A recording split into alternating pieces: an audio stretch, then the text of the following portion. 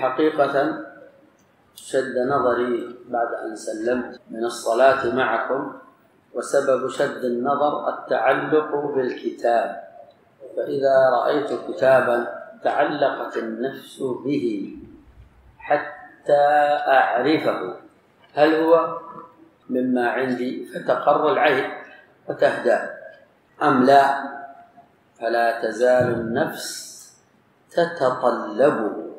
ووالله إذا بلغني عن الكتاب من كتب أسلافنا الصالحين النافعة أنه خرج أو حقق تحقيقا يعيد له جماله وبهاءه بعدما كان مشوها فخرج، فكأني رزقت مولودا.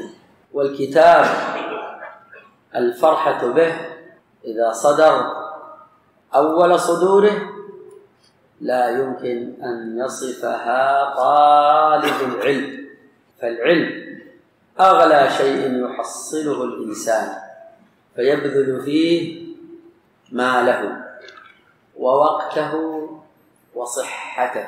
يبذل المال لشرائه ووقته في قراءته وصحته في حفظ ما يحتاج إلى حفظه فيه أو استظهاره إن كان مما يستظهر، فقد يأتيه وهو على مرض أو فراش مرض فلا يمنعه مرضه من أن ينظر فيه ويطلبه، إذا طلبه وحصله ينظر فيه فتقر به عينه، فتجده على فراش مرضه وكتابه معه.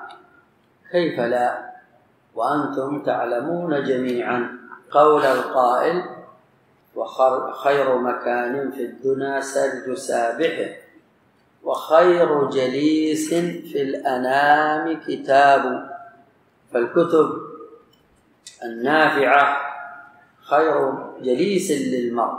لنا جلساء ما نمل حديثهم، الإباء مأمونون غيبا ومشهدا، يفيدوك من أخبارهم علم ما مضى، ورأيا وتأديبا وقولا مسددا.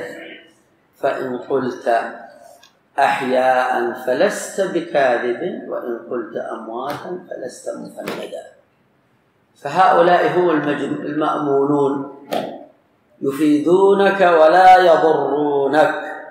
وفي زمن الغربة كما سمعتم في بعض مجالسنا الجليس الكتاب خير جليس ونعم الأنيس، فينبغي أن يهتم به